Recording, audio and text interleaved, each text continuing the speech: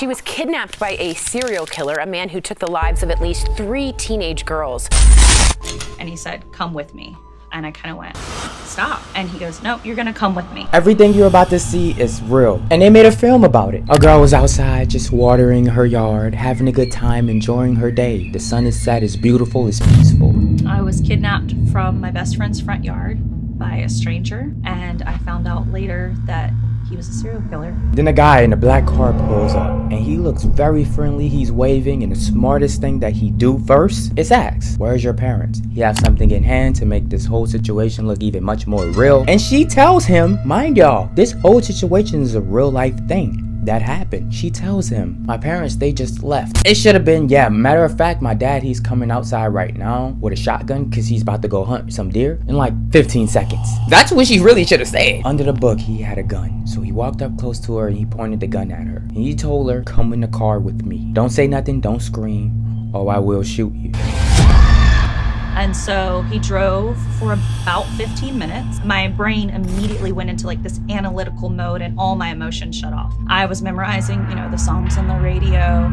There was a serial number on the inside of the container, so I memorized that. There were many things that I memorized, and that was just kind of the beginning of me locking in as much information as I could about this person. She had to get inside of the car and get inside this clothes bin. At this moment, you can only imagine how she felt. Because you don't know if you're about to die. You don't know what he's gonna do to you when you get to his place. You don't know if you're gonna ever see outside again. So he parked the car, and I guess he did this just to test her. Just to see if she would listen or not. He said, "Do not move.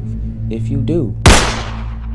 So she looks around, she's checking for him, and she don't see him anywhere. And she sees the opportunity that she can just run out and get away. So she runs.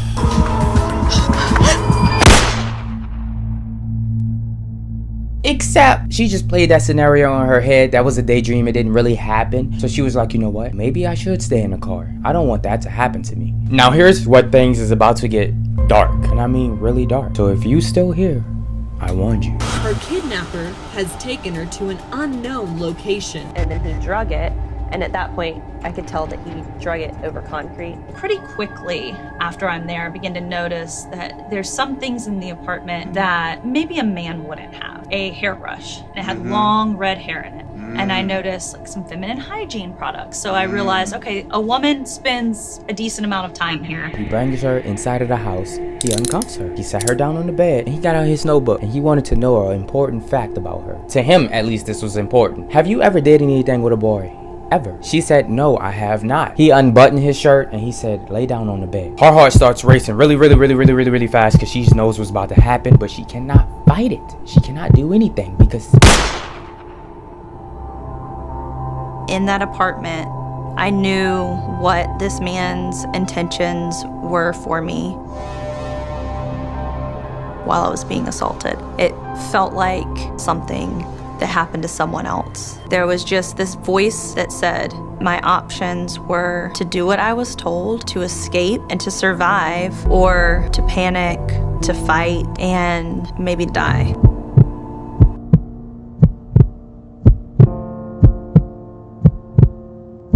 So she lays down, crying, having to obey. Now, around this time, as time passed, the mom gets home, don't see her daughter. She's calling all of her friends and everything. Nobody's seen her. She's crying, she's sad, she's worried. County Sheriff's Department needs your help finding an at-risk teen. The mom, of course, called and filed for her daughter missing. And I want y'all to realize this important thing that this girl did. When she was in the house with this man who kidnapped her, she was very uncomfortable and very disgusted, but she couldn't show that to the man. So what she decided to do is a 200 IQ play is make him believe that she's very comfortable with him, that she's very open with him. That way he can open up. And he ended up opening up, telling her about his life. He went to college and how he dropped out and how he was in the Navy for 7 years, and they just chatting it up, having a good time, because it would loosen him up a little bit and it'll have his guard down and it'll create an opportunity, hopefully. And then the bold idea ended up happening in her head. She wanted to escape.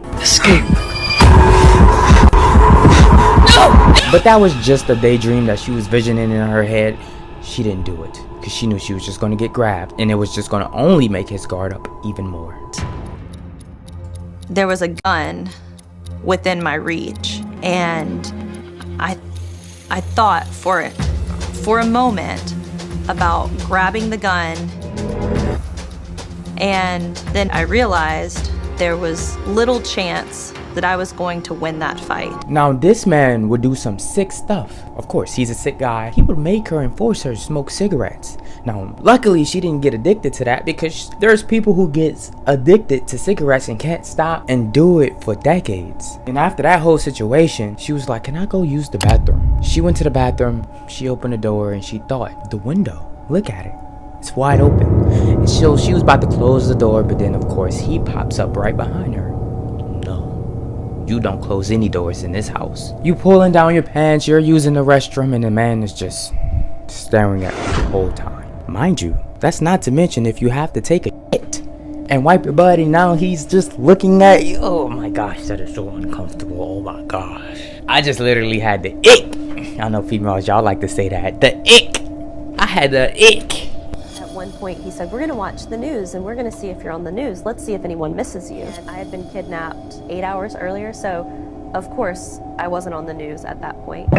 I sort of knew when he was sleeping was going to be the most feasible time.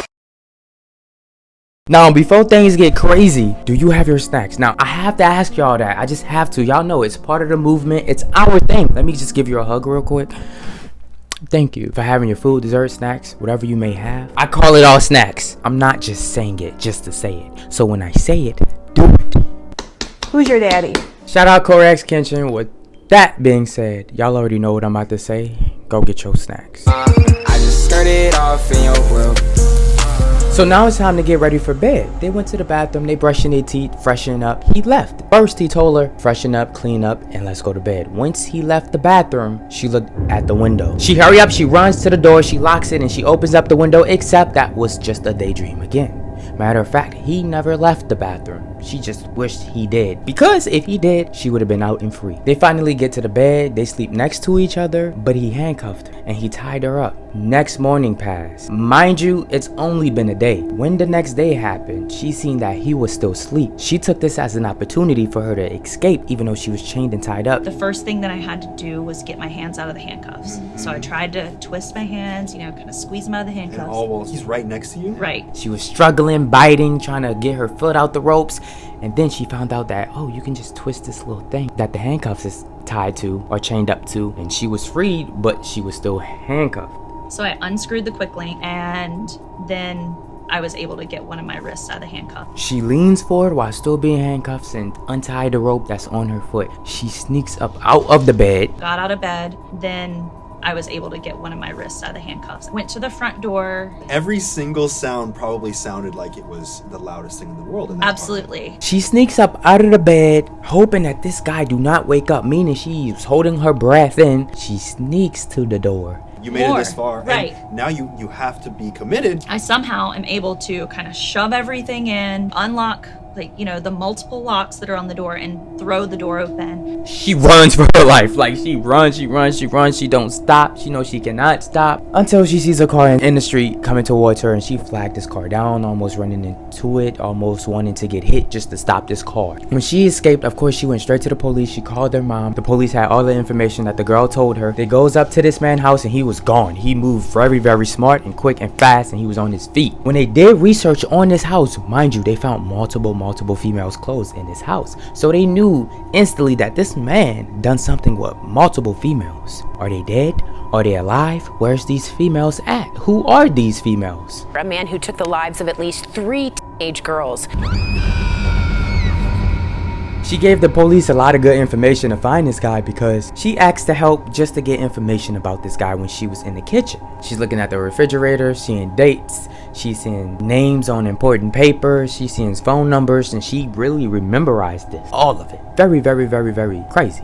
Because let's be honest, y'all not remembering nothing. Yes, I just threw shade at you. And he was meeting with his sister, and so they attempted to intercept him. He saw them, went on a short police chase where they deployed stop sticks. He kind of wrecked his car, and then he ended up shooting himself there on the side of the road in Florida. So it was just a few days, about 3 days. Wow. As far as how she is today and what she's doing now, she's living life. having a great time, enjoying her life. And look, females, like I always say, well, this guy sits well. Like I always say, be grateful of your life, even though you might think you're going through hell, you're really not. If you're not going through something that she been through, you do not have it the worst. So I was scrolling on her Instagram just now, and you can tell different day, new outfit. This is my reaction when I found out that she was pregnant. I'm scrolling on Instagram and I see, and I'm like, she's pregnant. What? Because I see a little belly bump, and I'm like, if she's not pregnant, I truly apologize. I'm telling myself this, talking to myself while nobody else around. I'm happy for her like I don't even know her. She's really pregnant. Look, Kara, congratulations on your baby. I'm going girl. This was the closest pink thing that I had in my room. I'm going girl. I think it's a girl. That's a happy ending.